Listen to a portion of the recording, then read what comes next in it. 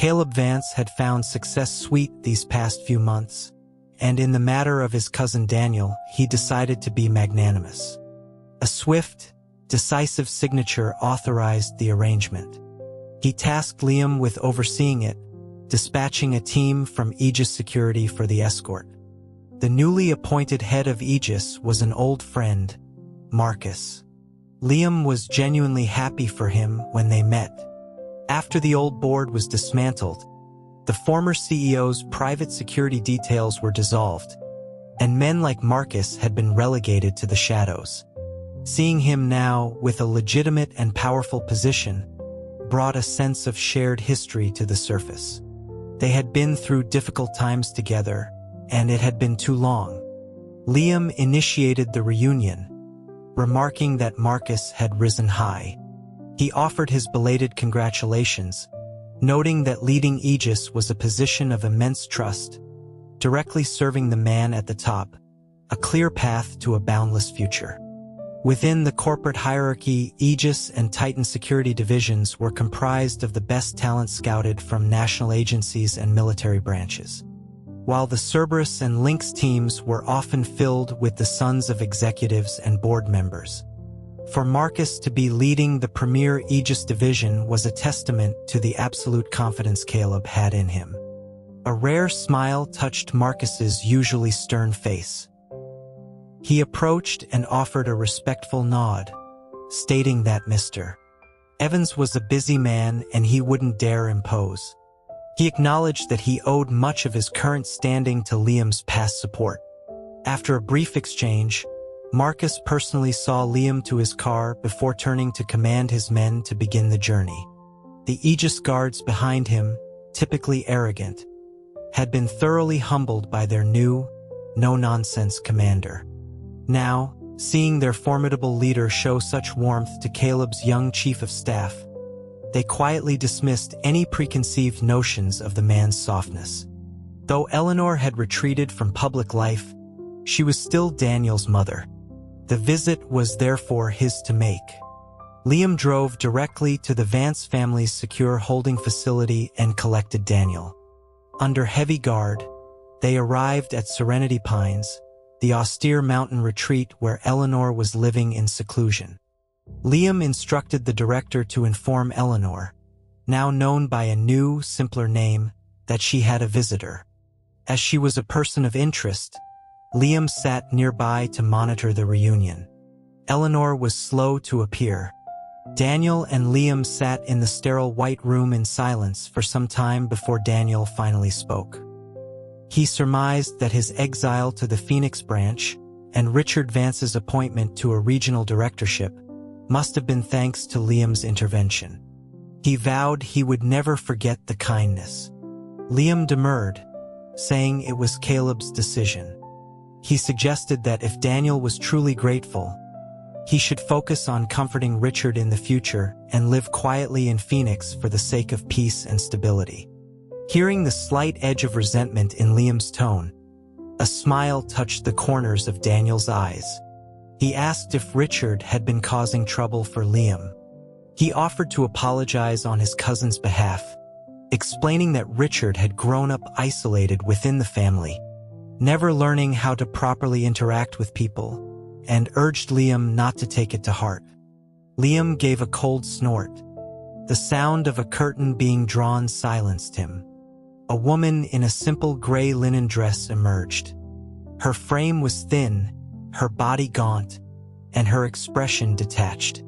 Her cheeks were hollowed, her thin lips pressed into a tight line. It was the former Eleanor Vance. Though emaciated, her spine was still ramrod straight, and her eyes were sharper now than they had ever been in the corporate world. Daniel immediately dropped to his knees before her, his voice low. He asked his mother how she was. Eleanor's voice was flat, asking what he was doing there. She did not want to see him. She had cut ties with her former life and told her son to leave. Daniel's face stiffened. He explained that he would soon be sent to Phoenix, and this would likely be the last time he would ever see her. He had come to say goodbye. Eleanor let out a cold laugh. She sneered that he remembered she was his mother. What a pity she wasn't blessed with a son who hadn't thrown his own family under the bus to save himself. She stepped forward, coughed, and spat directly onto Daniel's face. He closed his eyes, not flinching as tears streamed down his cheeks. Seeing this, her disgust only deepened. She wondered aloud how his father could have produced such a spineless child, unwilling to avenge him, disrespecting his mother, and content to live as a subordinate. She accused him of letting down everyone who had followed him. She claimed that if she were him, she would have ended her own life long ago rather than live with the shame. Daniel's body trembled, his face growing paler. Eleanor turned to leave, showing no attachment to this final moment with her only son. Suddenly, Daniel called out, his voice choked with emotion. "Mother." She paused but did not turn back.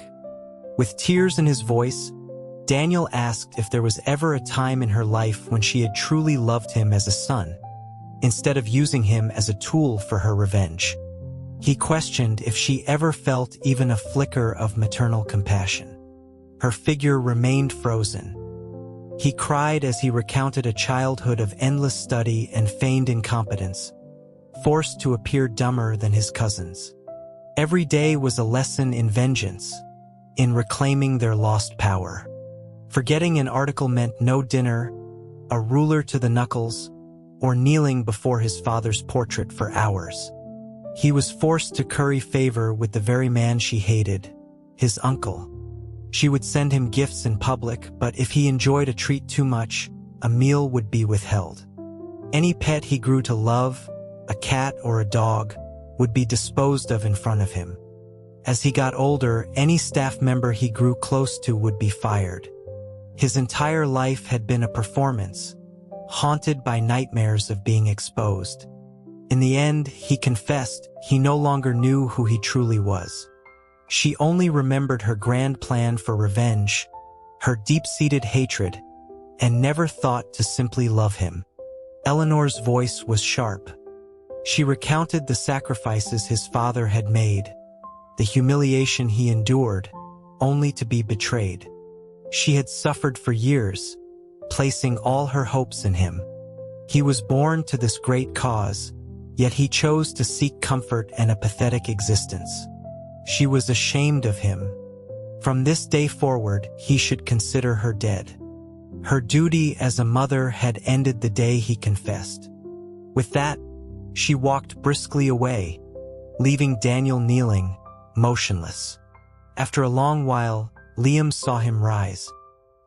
He untied the silk handkerchief from his own wrist and handed it to Daniel, sighing that it was time to go. Daniel took it, wiped his face numbly, then bowed 3 times in the direction Eleanor had gone. He rose and walked out without another word. Liam followed, watching as the Aegis guards closed in around him. As they walked out of the retreat toward the waiting car, Daniel suddenly stopped and looked to the side. Across a small lake, a solitary figure stood watching. The distance was great, and the man wore a hat that obscured his face. After a moment's hesitation, Daniel got into the car. Liam, standing behind him, also looked over. He saw the figure notice him and offer a slight, formal nod. Liam recognized him as Richard Vance, and his senses sharpened. He turned to Marcus and ordered everyone to be on alert and to get back to the city immediately. Marcus glanced over, assuring him that the grounds were secure and that local security had reported Mr. Richard Vance was just passing by, observing from a distance. Liam nodded but still insisted they leave at once. The journey back was uneventful. Daniel was returned to the holding facility, his demeanor calm and unchanged. After giving further instructions to the guards, Liam returned to report to Caleb. Caleb listened to Liam's account of the day's events, nodding and sighing. He remarked that Eleanor was a deeply manipulative woman. He recalled a time when they were children, and Daniel had visited his mother's suite. Daniel had liked the artisanal macarons she served, eating several. His mother, thinking he enjoyed them, prepared them again for his next visit. But that time, Daniel refused to eat a single one. His mother had pressed him, and the boy, still too young to hide his feelings well, had looked as though he was about to cry. After that, she stopped offering him food when he visited. Eventually, she simply told Caleb's father it was better if Daniel didn't come over anymore, and to avoid any suspicion, she forbade her own sons from speaking to him much. His later closeness with Richard's father had been a matter of necessity. Neither Caleb nor his brother had dared to get close to him. Liam considered this. It was a wonder Daniel hadn't turned into a complete sociopath under such an upbringing. Caleb saw the thoughtful look on Liam's face and, not wanting him to dwell on it, said not to think about such things. The family's history was a tangled mess. He mentioned that in the early days, his father had felt some affection for Daniel and had selected a profitable region for him to oversee.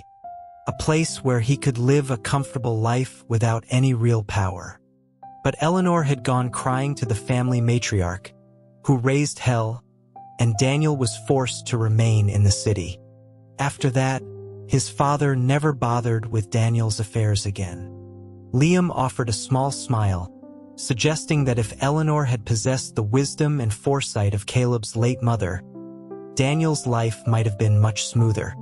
At the mention of his own mother, a nostalgic expression crossed Caleb's face. Eleanor had always treated Daniel as a weapon for her revenge. How could he have genuinely loved or respected her? It's said that a mother's love is not for reciprocation, but a child's devotion to their mother is natural. He spoke of how his own sister still asked where their mother had gone, how his young son, despite being surrounded by nannies and governesses, still missed his own mother.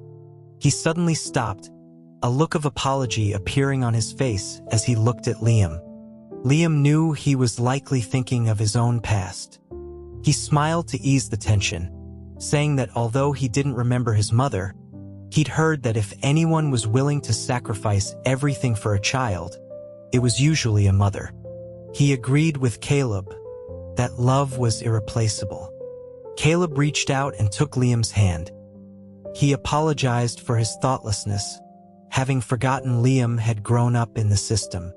Liam chuckled, dismissing it. Nothing in life was perfect, and he couldn't miss what he'd never had. Feeling guilty, Caleb tried to make amends, promising a surprise in a few days. When Liam inquired what it was, Caleb just smiled mysteriously, assuring him it would make him happy. Liam, not being particularly curious, didn't press. He changed the subject, mentioning he'd seen Marcus and figured Caleb had found proper placements for all the old guard. Caleb confirmed, adding that some had chosen to take a severance package and return home to family or to start new lives. He then told Liam that if he ever needed an escort for trips outside the city, he should just have someone contact Marcus, who would arrange the security detail. Liam thought of Richard and nodded. Seeing Liam accept this without any argument about propriety, Caleb felt a deep warmth. He squeezed his hand, wanting to say something more but holding back. He simply stroked the back of Liam's hand with his thumb. After a long moment, he finally said, "I will be good to you." Not long after, both Caleb's brother and Daniel were sent to Phoenix. With that chapter finally closed, Liam felt a weight lift from his shoulders. His health improved, and his relationship with Caleb was harmonious. He spent less time at his own apartment and more at the penthouse. Caleb's primary executive assistant was happy to delegate back the responsibilities that a chief of staff should have been handling all along. Liam, being familiar with the work, slipped back into the routine with ease. As the year drew to a close and the chill of early spring approached, planning for the coming year began. One day, The 6 department heads sent their budget proposals for Liam's review, as was customary. Usually, the proposals had already been approved by the executive assistant, and Liam's role was just a final check. But that day, the assistant was out of the office. Liam, with time on his hands, told the courier to bring the documents directly to him so he could approve them quickly. He idly flipped through the pages, but suddenly, his eyes froze on a particular line item. After a moment, he asked calmly about the budget allocation for renovations on 6 corporate residences: the Jade Hall, Serenity Crest, Orchid Terrace, Azure Vista, Sunstone Manor, and Crystal Creek. The junior executive who brought the report quickly explained with a smile. The request had come from the construction department a few days prior. The CEO had given them a verbal directive to renovate those properties. Jade Hall and Serenity Crest were for the former CEO's childless widows to move into. The other 4 were being prepared for new spouses. Due to the recent period of corporate mourning, a formal announcement had been delayed, but the board couldn't remain empty. He had heard that senior board members had proposed that the CEO first appoint 4 vice chairwomen. The nominations committee had already submitted a list of candidates for his review, and the announcement was expected after the spring quarterly review. The residences needed to be ready immediately. He added that there had even been talk of selecting a full slate of 6, which would have been a massive undertaking for their team. It was the CEO who insisted on keeping things simple for now, starting with just 4. Liam suddenly felt a sharp pain in his chest, as if something had been ripped away, yet there was also a sense of release, of an inevitability finally arriving. He didn't know how he managed to finish reviewing the documents. He thought blankly about how he had barely left Caleb's side recently. It was a wonder Caleb had found the time to discuss this with the board without him knowing anything. This was, in its own way, a profound act of consideration from a man in his position. Yes, during the restructuring, Caleb had dismissed his previous casual partners for him. But back then, he was just a contender for the throne, his focus elsewhere. Those women, with no official standing, were unimportant. Times had changed. He was now the head of an empire in the prime of his life. How could the boardroom remain empty? The matriarch was now the most senior member. If Caleb didn't appoint a new board, who would lead the corporate spouse's charity functions?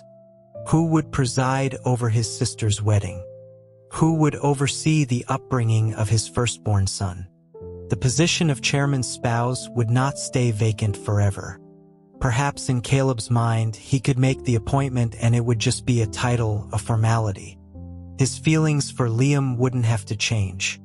But could Liam truly get past that barrier in his own heart? To wait for him to marry, to have children, to watch him have a full family? He wasn't just his lover. He was a CEO, a father, a brother to others. He would be a husband, a lifelong commitment to another woman. He had been blinded by Caleb's tenderness and affection these past months, forgetting certain realities. Nearly every powerful leader in history had male lovers. Whether it was a fleeting affair or a deep bond, their private lives never stopped them from having wives and heirs. Caleb himself had said his son needed a mother figure. He had probably already chosen a kind, respectable woman to raise him. And the matter of succession, the legacy of the company, couldn't be guaranteed by a single and proven heir. In an age where fortunes could turn on a dime, what leader didn't secure their legacy with half a dozen children? Even his cousin Daniel and Richard could find a way to be together. What were he and Caleb but 2 people trapped in this gilded cage? The only difference was that Caleb was the master with far more choices. Looking back, Caleb's unusually lenient handling of Daniel and Richard, and his recent constant appeasement, was likely a form of compensation for what was to come. When would he tell him? The surprise he mentioned a few days ago couldn't be this. It was probably more benefits, more tenderness, to make him so comfortable here that he could never bear to leave. That evening, Caleb approached him, his eyes full of smiles. He had something for him. He pulled Liam close, his arm wrapping warmly around his waist, remarking that he was too thin and asking if he had fully recovered from his last illness, urging him to eat more. He produced a bespoke Patek Philippe watch, the face shimmering with an iridescent glow, the bezel set with perfectly round diamonds, each the size of a pearl. Caleb personally fastened it around his wrist, explaining that it was a tribute from a Southern partner. He'd seen it that day and thought it suited him, so he'd intercepted it before it went into the company vault. Liam looked down at Caleb's long, nimble fingers closing the clasp. A wave of bitterness washed over him. These last few days, Caleb had been showering him with gifts, cufflinks, rare artworks, custom pens, all priceless. How had he not noticed how strange it was? He couldn't give him a title, so he used these things to compensate. Was that it? Caleb, seeing his bowed head and silence, was used to his quiet nature. With a gentle pull, he sat him down on the chaise lounge, smiling. I put it on you myself, and I'll take it off myself. Liam, suddenly pulled onto Caleb's lap, had to put his hands on Caleb's shoulders to keep his balance. He looked down at Caleb's handsome, youthful face, his sharp brows and keen eyes. These were his triumphant days. From an underestimated contender who had spent years biding his time, he had risen to the top, finally avenging his father and silencing his rivals. His entire being radiated a vibrant, magnetic energy. An entire world was waiting for his command. And Liam was just a tiny, insignificant part of that vast world. Liam leaned down and kissed him, a kiss of infinite love. He truly loved this man, irrespective of status or anything else. He had watched him grow, assisted him, and respected and loved him from the bottom of his heart. Caleb was taken aback. Liam rarely initiated affection. Looking up, he saw Liam's eyelashes lowered, his eyes half closed, affection pouring from them. His hands, like steel clamps, held him. Caleb quickly shifted from passive to active, feeling Liam respond not with his usual stillness, but with his tongue, his lips. A reaction ignited deep within him. In one swift motion, he had Liam pressed beneath him, breathing heavily as he undid his clothes, kissing his face messily. After their passion was spent, Caleb still held him, reluctant to let go, kissing and stroking his smooth skin. He said with some regret that the next day was the annual foundation gala and he had to be up early, so they should rest. Liam opened his eyes. The candlelight from outside cast a warm glow. Caleb's strong body was beaded with sweat, and his eyes, looking at Liam, were full of love. Yes, at least in this moment, Liam believed Caleb truly loved him. But a lifetime is long, and as a man of his stature, he would possess too much. He would soon be captivated by other things: the sweet taste of absolute power, the wealth of a global empire, a variety of women, and perhaps even other men. More and better things would be presented to him one by one. Liam was just a rather special trophy from his first major victory. Special because of their history, because he had once been lost, because he had invested more in him. But soon there would be more and better. Liam wrapped his arms around Caleb and slid on top of him. Caleb let out a low laugh, clearly thrilled by this rare display of clinging affection. Liam gently stroked his chest, his hand slowly sliding down under the covers. Caleb's eyes widened in shock as he breathed Liam's name, only to be overwhelmed by the immense pleasure of this surprise. He gasped, his hand stroking Liam's hair, forcing himself to pull Liam up and embrace him. "Don't," he whispered. An overwhelming emotion filled his chest, and he couldn't find the words to describe his joy and love in that moment. He held Liam tightly, murmuring his name by his ear. Caleb rose at dawn. He had to lead the executive team to the gala that day. He hadn't planned on being intimate the night before, but Liam's rare initiative had made him indulge until the early hours. His body still felt a lingering exhaustion, but his mind was sharp. Liam, usually an early riser, was still lying motionless in bed, his eyelashes down, half his face buried in the soft pillow, still deep in sleep. His brow was slightly furrowed, and his hair was scattered over the blanket, looking both pitiful and endearing. Caleb carefully got out of bed, tucked the blanket around him, and quietly walked out, calling for his assistant, Ian. He spoke in a low voice, telling Ian to handle things at the event today. Mr. Evans wasn't well, so he wouldn't be attending. He instructed Ian to have hot water ready for him when he woke up and to let him rest for the day, saying it was his order. Ian bowed his head, not daring to breathe loudly, and escorted Caleb to the main suite. After breakfast, a team of staff helped Caleb into his formal attire, and he left for the event. Liam was already awake when Caleb moved, but he kept his eyes closed, feigning sleep. He heard the instructions to let him rest. After Caleb left, he got up. He slowly washed and ate, then went to the central office as usual, checked the ledgers, and calmly requested an authorization to leave the premises. The CEO was at the gala and would be at a dinner with investors all evening.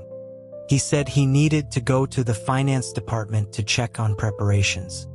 The staff quickly provided the authorization. With the pass in hand, he walked out of the tower. He took a car to the Port Authority where he had a locker. He changed into simple clothes, bought a one-way bus ticket west, and left without a backward glance, without any lingering attachment. He had left a single sheet of paper inside the box for the Patek Philippe watch Caleb had given him, which he placed on his desk. On it, he had written only 2 words: "I'm gone." He could imagine Caleb's pain upon finding it, but time would heal everything. Caleb possessed so much. He probably wouldn't forget him, but he wouldn't be haunted by his memory forever. This was for the best. To part when they were at their best, before either of them had a chance to change, preserving the perfect memory. Liam thought this with a sense of calm, feeling neither joy nor sorrow. He got off the bus at a small, remote town. The place was small but well-connected. He changed his clothes again and traveled where his heart led him, switching buses and trains several times until he reached the coast. The sky was vast, the sun was bright, and the sea breeze brushed against his face. He squinted at the sky, watching the clouds drift by and a few seagulls soaring in the blue expanse. The places he had never been able to visit in his past life were now open before him. Despite his past, he had always been his own man. He could handle love and he could let it go. What was there to hold on to? Far from the noise, there was the sea, sand, green hills, and white clouds. Liam moved from place to place, living on the cash he'd brought with him, taking on odd jobs, writing letters for people. He never stayed in one place for too long. He carefully avoided cities where he knew people, staying away from any place connected to his past life. The journey and the strangers he met slowly chipped away at his once reserved and somber personality, making him more open. He didn't focus on making money. As soon as he had enough, he would move on to see the next place. He had always taken care of his body, and thanks to his disciplined habits, he remained healthy. From time to time, he heard news from the capital. The new CEO had consolidated his power, his influence spreading globally. A new heir had been named.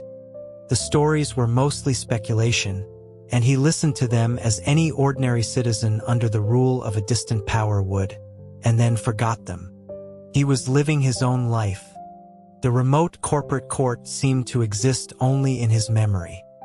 He was no longer a servant in a gilded cage, but a free soul. This life was just another journey.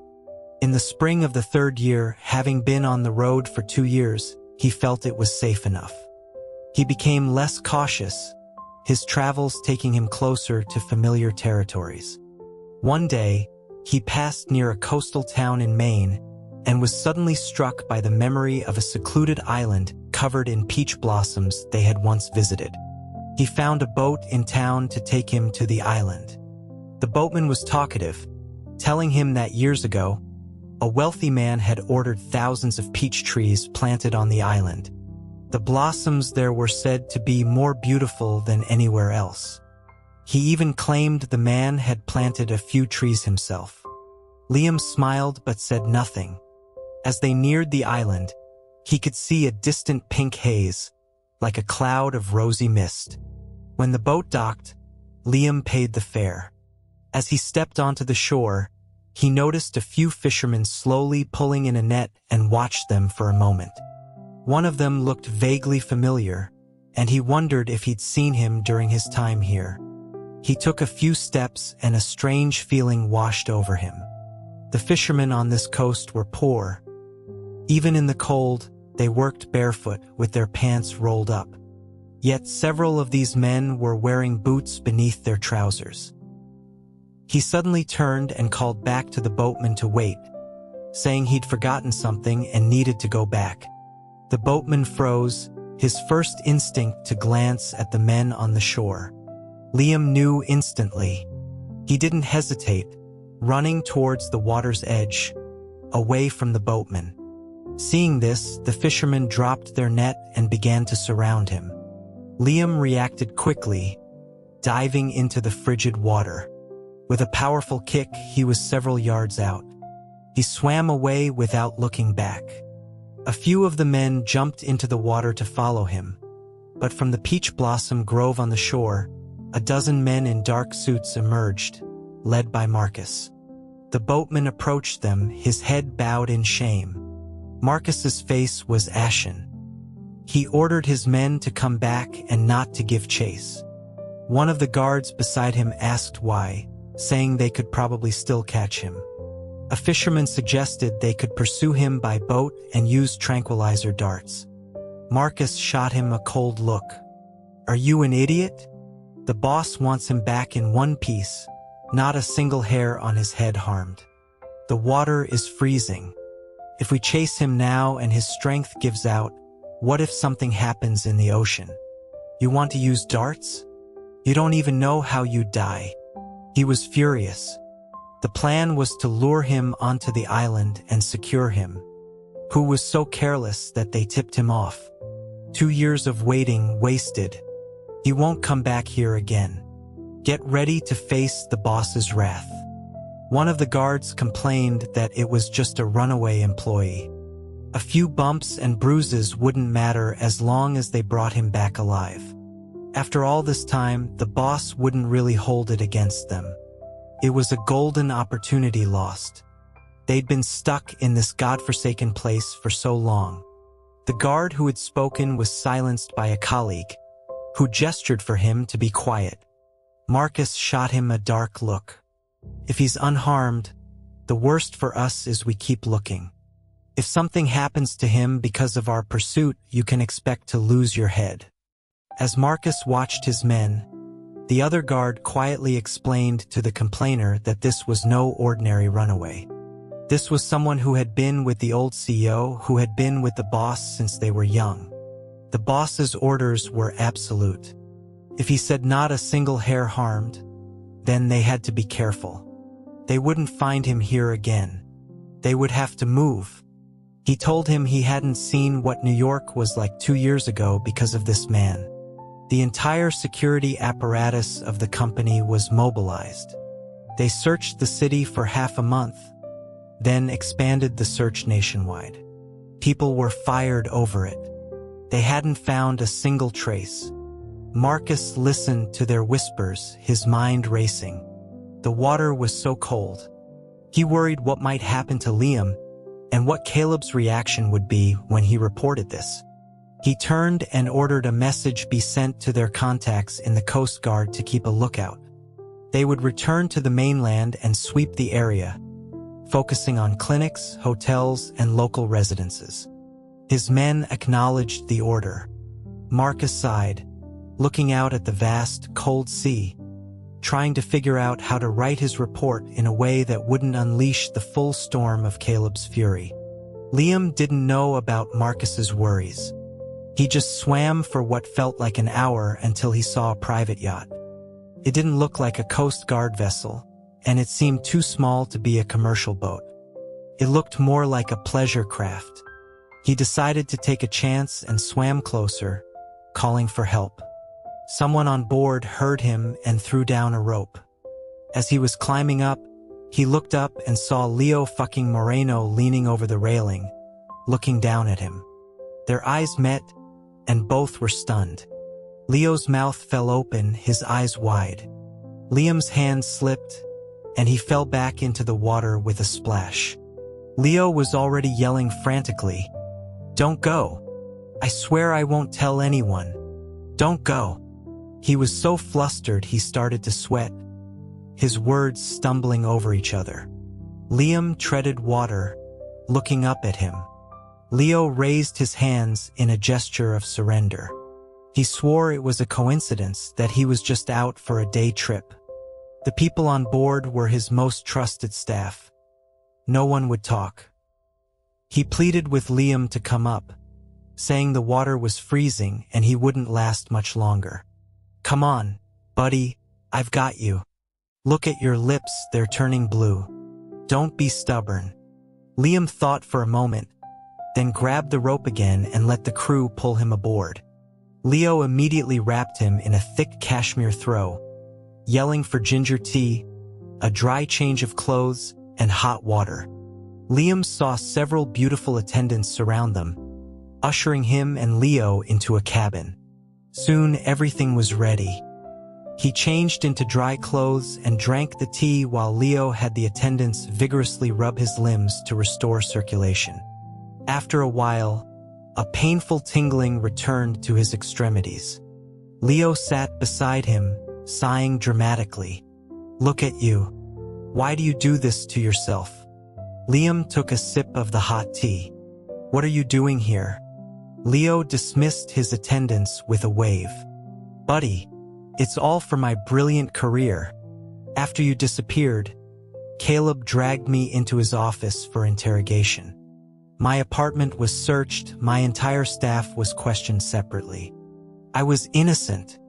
I took you out for dinner once, and I never saw you again. I'm not crazy enough to help you run. I value my life and my family's, you know?" He recounted how the assistant who had been with Liam that night had told Caleb that Liam hadn't returned until morning after their dinner, looking haggard. You should have seen the look on Caleb's face. He nearly had me thrown in a black site. If it weren't for all the guests at the dinner who vouched for me, and the servants who saw me send you home, I don't know how I would have survived.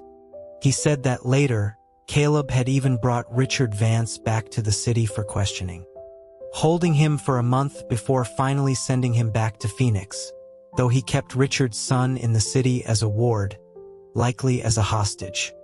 I got the brunt of his anger, Leo whined. I was kicked out of my cushy job and sent here to oversee some backwater shipping division. My brother at least got to head the regional logistics hub. The Moreno family was almost ruined. Liam saw that despite his complaints, there was no real resentment in his expression. He knew this was Leo's usual act of playing the victim to gain sympathy. He couldn't help but smile. "My apologies for getting you involved." Leo sighed. "Honestly, you had a golden future. Why throw it all away for this? I think I saw some Aegis guys in town the other day. They must be after you." He looked at Liam, his voice dropping. "He still cares about you, you know? He sent a lot of people to find you, but with strict orders not to harm you in any way. Buddy, don't be so stubborn. Unless it's something unforgivable, you should go back. In this world, everything is his." Where can you really run? Liam shook his head. Just drop me at the nearest port. Pretend you never saw me today. Even if you couldn't keep quiet, he wouldn't get seriously angry with you. He's a magnanimous man in his own way. He needs allies now that he's at the top. He's just testing you and your brother, letting you prove yourselves for a few years. Seeing his resolve, Leo didn't press further. He just asked if Liam wanted to go overseas for a while. He could arrange a ship. Liam shook his head. No, you can't hide something like that from him. He'll find the trail eventually. I'll just keep moving. Even I don't know where I'm going next. It's better if we just forget each other. Leo looked him up and down, noticing his somber expression. He sighed. Buddy, you really fell for him, didn't you? After you left, there was a huge investigation. But then, the official inquiries into your abduction just stopped. But I heard the main security divisions all sent people out looking for you. Liam was silent for a moment, then asked, "Is he okay?" Leo replied, "His health? We wouldn't dare ask about that. But last year, he personally went to oversee the Southern Dam projects and fired a whole slate of corrupt officials. He's become more formidable in the boardroom." He thought for a moment and shivered slightly. "No wonder you ran. I can't imagine what it would be like to be in a relationship with him. That ice-cold demeanor, he's probably impossible to warm up. It's like sleeping next to a tiger. If you have a lover who can destroy you at any moment, that's terrifying. In our world, it's either a transaction where no one cares, or you give your heart for another's. The worst is when one person falls and the other doesn't." He paused, then added hesitantly, "For the past 2 years, there's been talk of a merger, of marriage, but it's been shelved. I heard the legal department sent over the papers, but he just ignores them. Could it be because of you?"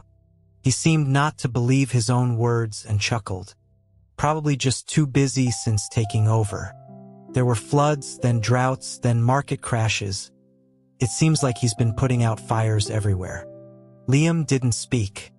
Seeing his spirits were low, Leo suggested he rest. That night, when they docked, Liam slipped away quietly. Leo had given him a bundle of cash and some supplies, and watched as he disappeared once more into the crowd, becoming just another anonymous speck. Back in New York, a report arrived late at night. Caleb Vance sat before his desk, his face like stone. Spread out on the polished wood was a cloth bundle. Inside were items that had been soaked in seawater and then dried. They were what a hastily fleeing Liam had dropped in the ocean. A handful of loose change mixed with a few crumpled bills. A small waterproof pouch with a lighter. A half-empty water bottle. A stale, hard protein bar.